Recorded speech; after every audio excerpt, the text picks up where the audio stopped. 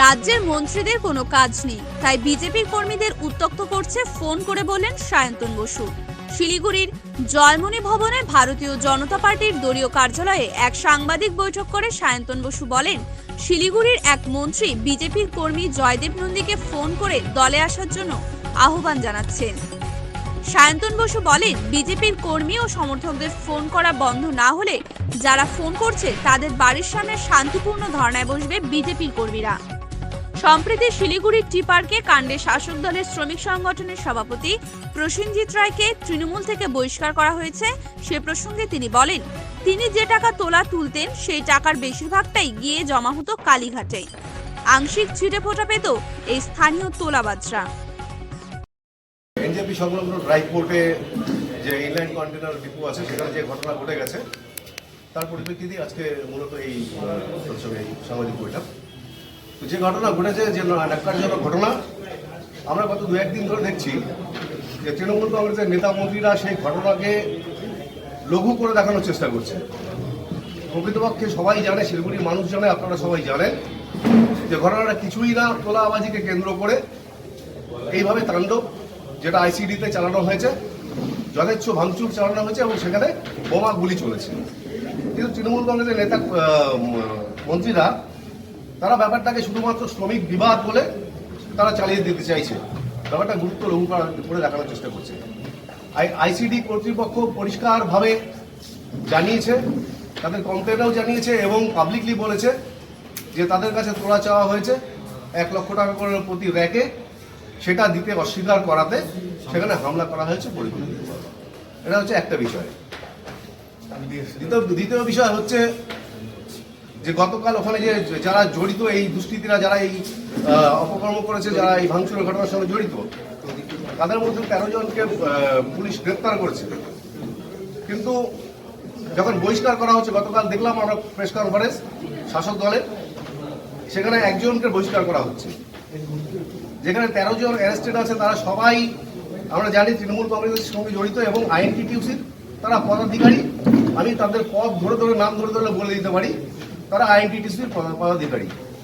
কিন্তু তাদের বিরুদ্ধে কোনো ব্যবস্থা নেওয়া হচ্ছে না। অর্থাৎ এই যে বহিষ্কারের নাটক, এটা শুধুমাত্র আইওয়াশ, মানুষের দৃষ্টিকে ঘুরিয়ে দেওয়ার জন্য বিভ্রান্ত করা হচ্ছে ভোটের মুখে। এর বাইরে কিছুই না। এনজেপির তোলাবাজি এবং যেটাকে কেন্দ্র করে কয়েকদিন আগে আপনারা দেখেছেন ইন্ডিয়ান অয়েলের গেটের সামনে, সেখানেও তাদের গোষ্ঠী সংঘর্ষ এবং 4 তারিখের এই চরম এই গণ্ডগোল, এই নৈরাজ্য। এখানে আর কিছুই না।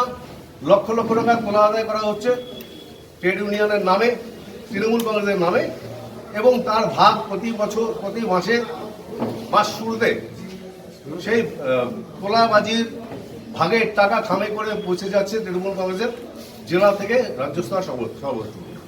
তাই তাদেরকে আড়াল করার চেষ্টা করা হচ্ছে এবং ঘটনাকে লঘু করে রাখার চেষ্টা করছে। সেটা হচ্ছে, আপনারা জানেন যে মুর্শিদাবাদের বেলডাঙায় আমাদের যাত্রাকে আটকেছে। বেশ মোটাই চালাচ্ছে রথযাত্রা। এটা রথযাত্রা নয়, এটা পরিবর্তন যাত্রা। কনভয় আটকালে, বাস আটকালে আমরা পায়ে হেঁটে করবো। এখন আবার হাইওয়ে দিয়ে চলতে শুরু করেছে যাত্রা। কালকে রাত অব্দি পারমিশন ছিল। আজকে কি ঘটে গেল? আইন শৃঙ্খলার অবনতি হবে। কারা করবে আইন শৃঙ্খলার অবনতি? কেন করবে? মুর্শিদাবাদ জেলাটা কি পাকিস্তান যে ওখান দিয়ে বিজেপির যাত্রা যেতে পারবে না? না বেলডাঙাটা পাকিস্তানের মধ্যে পড়ে? কাজে আমরা যে অভিযোগ করছি যে পুলিশ দলদাস, তৃণমূল নেতাদের অঙ্গুল হিলনে এই কাজটা করছে, আজকের বেলডাঙা মুর্শিদাবাদের ঘটনায় এটা প্রমাণিত। আমার মনে হয় দেশের এবং রাজ্যের জনগণ এটা দেখছেন। আমরা আমাদের যাত্রা করব, 5টি যাত্রাই করব। আগামী 11 তারিখ উত্তরবঙ্গের যাত্রাও শুরু হবে। আমাদের কনভয় আটকাতে পারেন, আমাদের বাস আটকাতে পারেন, কিন্তু তাহলে আমরা পায়ে হেঁটে করব, সাইকেল দিয়ে করব, কিন্তু আমাদের দূরত্ব আমরা অতিক্রম করব। যে বিধানসভায় আমাদের আটকাবে, অন্য বিধানসভার কার্যকর্তারা সেই বিধানসভা থেকে আবার যাত্রা শুরু করবে। কোনোভাবে যাত্রাকে আটকানোর চেষ্টা বরদাস্ত করা হবে। কারণ পশ্চিমবঙ্গে যে অত্যাচার, অপশাসন, দুর্নীতি পরায়ণ সরকার চলছে, যে দুর্নীতির সরকার চলছে, এর পরিবর্তন দরকার। 2011-র পরিবর্তন বাস্তবিক ছিল না। যারা 2011-র পরিবর্তন করেছিলেন তারা এখন পরিত্রাণ চাইছে। আমরা এবার বাস্তবিকতা পরিবর্তন করবো। তার জন্য পরিবর্তন যাত্রা যারা আটকে দিয়েছেন চেষ্টা করতে পারেন, সফল হবেন না, এটা আমাদের চ্যালেঞ্জ। তাদের অনেককে নাকি বিজেপি থেকেও ফোন করে বলা হচ্ছে তোমরা এবার চলে এসো, ওখানে কিন্তু তোমাদের বিপদ হবে। তারা কি বলেছেন? হ্যাঁ, এই অভিযোগটা হয়েছে। যদি কেউ করতে না, অভিযোগ কে করেছেন বলুন, ফোন করে। তৃণমূল নেতৃত্ব থেকে অভিযোগটা না, আমি তো বলছি কে করেছে ফোন, তৃণমূলের কে করেছে ফোন আমি বললাম, ওরা বলুন বিজেপির কে ফোন। আমি রাজ্যের সাধারণ সম্পাদক হিসেবে বিধিবদ্ধভাবে প্রেসকে ডেকে অভিযোগ করছি যে একজন মন্ত্রী ফোন করছেন, আরো কেউ ফোন করছেন, ওরা বলুন কে করছেন। রবীন আগরওয়াল করছেন, জয়দীপ নন্দী করছেন, সায়ন্তন বসু করছেন, অন্য কেউ করছেন, বলুন কে করছেন, সেরকম বলতে হবে। এবার বুথ মন্ডল স্তরের কেউ যদি বলেন, তার সঙ্গে তো একটা মন্ত্রীর পার্থক্য আছে। আরেকটা এটা আপনারা বললেন যে মন্ত্রী যারা করছেন তাদের বাড়ির সামনে তাহলে আমরা ধর্ণা শুরু করবো, শান্তিপূর্ণ ধর্ণা শুরু করবো, ঘেরাও করবো না, ধর্ণা শুরু করবো। কবে যদি এটা বন্ধ না করবো আর 2-4 দিন তো দেখি। জয়দীপ দা আপনাকে কি বলছে তৃণমূল থেকে ফোন করে? ক্লিয়ার করে বলে দিলেন। আপনি কি ওনার মুখ দিয়ে বলানো ঠিক না, কারণ যদি ওনাকে করছেন, আমি আপনাকে বলছি তো, আমাদের কাছে বলেছে, তখন আমিও জয়দেবদাকে বললাম যে আমি প্রেস করবো, আপনার করার দরকার নেই, আপনি যদি আমার সাথে থাকবেন।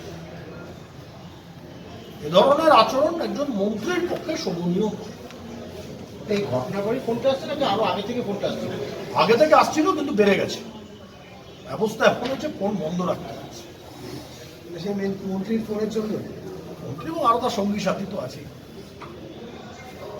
একা রামে রক্ষা নেই, সুগ্রীবরা তো আছে।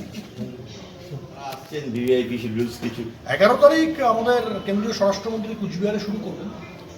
11, 12, 13 কুচবিহার জেলা, 14, 15 আলিপুরদুয়ার জেলা, 16 তারিখ সরস্বতী পুজো আছে, 17, 18, 19 জলপাইগুড়ি জেলা, 20 তারিখ আমরা শিলিগুড়ি সাংগঠনিক জেলায় পাবো।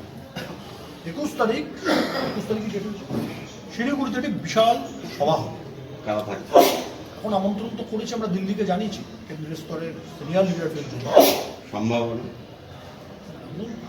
আমার মুখ দিয়ে সম্ভাবনা বলানো ঠিক হবে না, এটা পার্টির আলোচনা চলছে, কিন্তু বড় নেতৃত্ব থাকবে।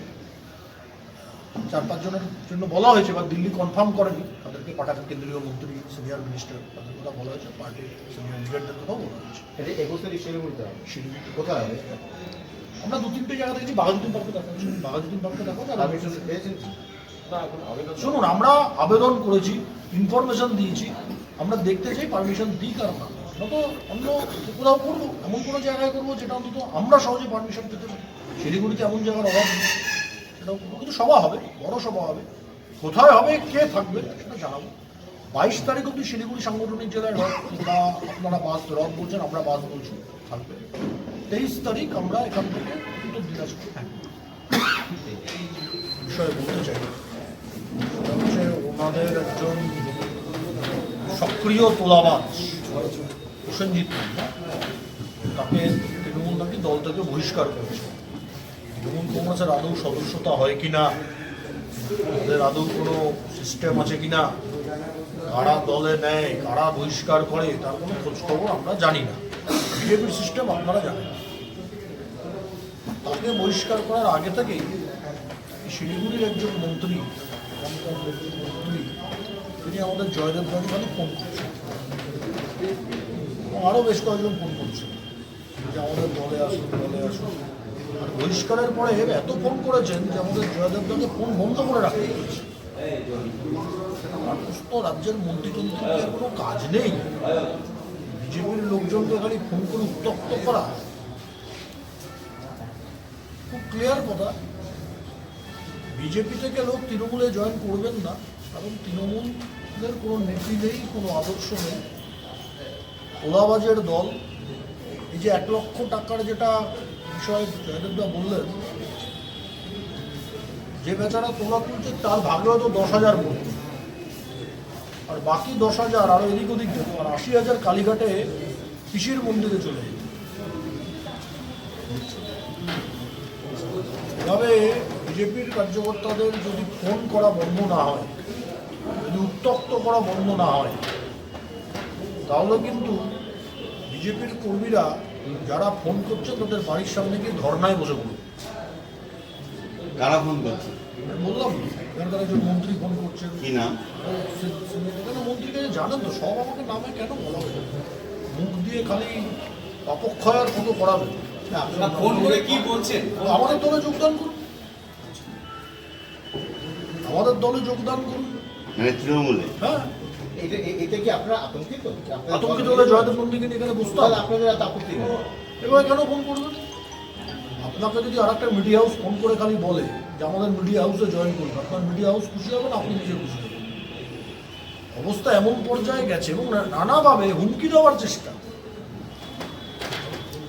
এই হুমকি টুমকি বিজেপিতে ভয় পায় না। অনেক হুমকিবাজকে বিজেপি সাহায্য করেছে।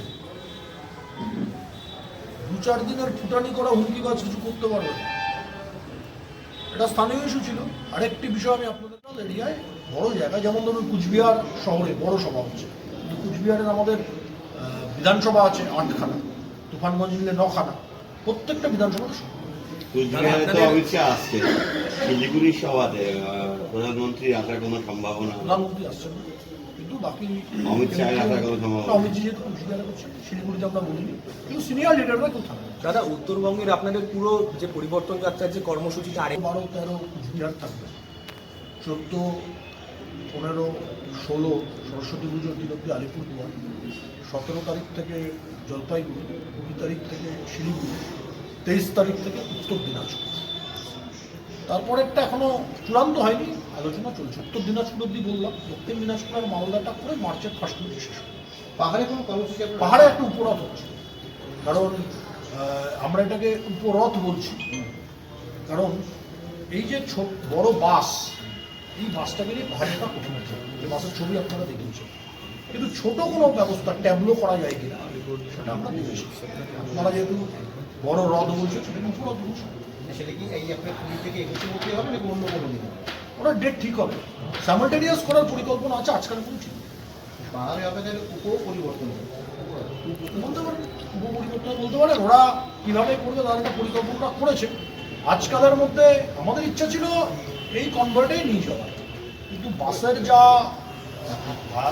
আকার এবং আয়তন আছে, পাহাড়ে নিয়ে যাওয়া একটু কঠিন হবে। তার জন্য আমরা রিস্ক দিলাম, যা করছে সবকটা বিধানসভা আজকে